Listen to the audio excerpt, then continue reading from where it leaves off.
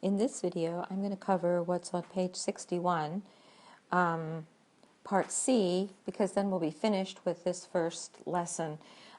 It's called Various Functions, and cut is written at the top of the page. I don't know if that's for you or not, but anyway, it's not going to take long to go through it, so I decided to go through it. Even though they say various functions here, there are really only two that are pictured.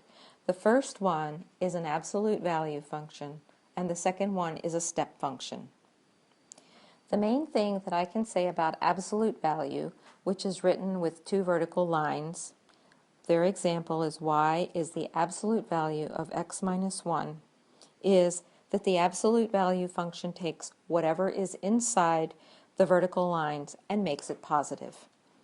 That's not the pure mathematical definition, but that works when you are working problems. So let's see how that works. They say when x is greater than 1, so let's do x equals, let's do f of 3 equals the absolute value of 3 minus 1, which is equal to the absolute value of 2. Well, that's already positive, and that answer is 2. Let's take the absolute value of minus 5. Okay, that's going to be the absolute value of minus 5 minus 1, which is the absolute value of minus 6. The absolute value takes everything and makes it positive. The answer is 6. And that's just about all you have to it. If you have the absolute value of 0, you would have the absolute value of 0 minus 1, which would be minus 1, but the absolute value makes it positive, so it's 1.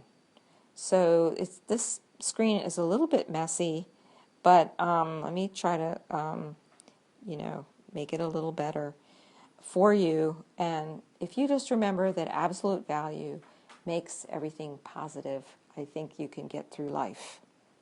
The second function on this page is a step function.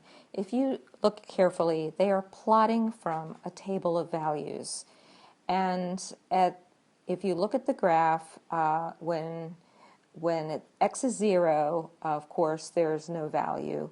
But up until x is equal to 50, there's one value of 120.